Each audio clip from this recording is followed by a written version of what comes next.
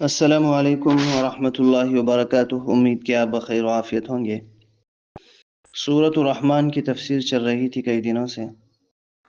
آج ہم آیت نمبر 41 یعنی 41 کی تفسیر ہم کریں گے۔ اعوذ باللہ من الشیطان الرجیم، بسم اللہ الرحمن الرحیم۔ ایک بات ذہن میں رکھیں، تعوذ و تسمیہ یعنی اعوذ باللہ اور بسم اللہ عام طور پہ بڑی جلدی میں پڑھتے لوگ۔ ایسا نہیں کرو بھائی، اطمینان سے پڑھیں۔ نماز میں ہو یا غیر نماز میں ہو، جہاں بھی آپ پڑھیں تلاوت کرتے وقت یا کچھ بھی پڑھتے وقت جو بسم اللہ کی تلاوت کرتے ہیں انتہائی اطمینان سے پڑھیں بھائی، اللہ کا کلام ہے، ٹھیک ہے نا۔ چلیے، اعوذ باللہ من الشیطان الرجیم، بسم اللہ الرحمن الرحیم۔ یعرف المجرمون بسیماہم فیؤخذ بالنواصی والاقدام فبأي آلاء ربكما تكذبان هذه جهنم التي يكذب بها المجرمون يطوفون بينها وبين حميم آن فبأي آلاء ربكما تكذبان۔ قیامت کے دن کا ذکر چل رہا۔ اس سے پہلے آسمان پھٹنے کا ذکر ہوا تھا کہ آسمان یہ پھٹے گا، ٹوٹ کر کے گر جائے گا۔ آگے فرماتے ہیں یعرف المجرمون، مجرم کہتے ہیں جرم کرنے والوں کو۔ جو کوئی بھی اللہ کی نافرمانی کیا وہ مجرم ہے اللہ کی نظر میں، ٹھیک ہے۔ جس کسی نے بھی اللہ کی بات کو تسلیم نہیں کیا یعنی قبول نہیں کیا، تسلیم یعنی قبول، جس کسی نے بھی اللہ کی بات کو قبول نہیں کیا جو مجرم ہے۔ تو مجرم لوگ بسیماہم فیؤخذ بالنواصی والاقدام، ان کے چہروں سے پہچانے جائیں گے، چہروں سے پہچانے جائیں گے۔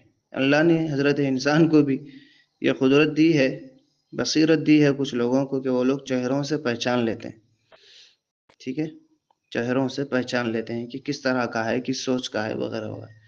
تو اسی طرح مجرم وہاں لوگ پہچان لیے جائیں گے بغیر ان کا دفتر دیکھے کے، مطلب یہ کہ بغیر ان کا نامہ اعمال دیکھے کے پہچان لیے جائیں گے۔ پھر بھی ان کو بتلانے کے لیے ان کا دفتر بتلایا جائے گا۔ تو بہرحال جب وہ پہچان لیے جائیں گے تو فیؤخذ بالنواصی والاقدام، کسی کو سر کے بال پکڑ کر کے گھسیٹا جائے گا اور کسی کو پیر، اقدام، خدمہ بولتے نہیں، اسی سے یہ اقدام، پیروں پکڑ کر کے کھینچا جائے گا۔ پھر یوں کہا جائے گا ہذہ جہنم التی یکذب بها المجرمون، یہ وہ جہنم ہے جس کا تم دنیا میں جھٹلایا کرتے تھے۔ تکذیب کرنا والے تو جھٹلانا، یہ وہ جہنم ہے جس کو تم دنیا میں جھٹلاتے تھے، ٹھیک ہے۔ جہنم بہت سخت چیز ہے اللہ کی پناہ۔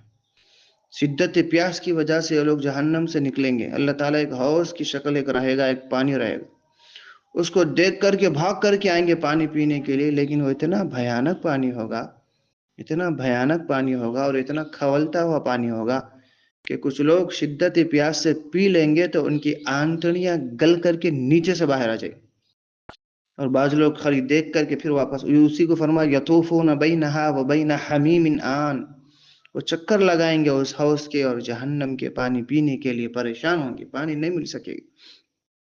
بہت عجیب و غریب چیز ہے جہنم، اللہ کی پناہ۔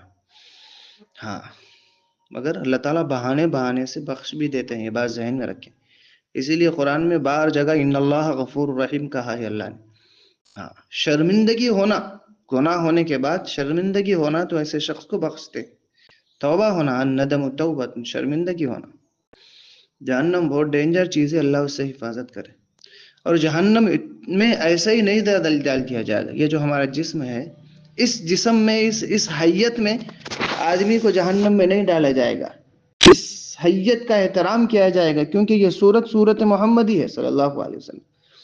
مجرمین کو بھی اس حیت میں نہیں ڈالا جائے، ایک عجیب و غریب حیت ہوگی آدمی کی۔ بعض روایت میں آتا ہے کہ یہ حیت ایسی ہوگی، یہ جسم کی نوعیت ایسی ہوگی کہ آدمی کے یہ جو منہ میں داڑھ جو ہے، داڑھ 32 دانتوں میں جو داڑھ ہے، ایک داڑھ کی حیت و حالت احد کے پہاڑ کے برابر ہوگی۔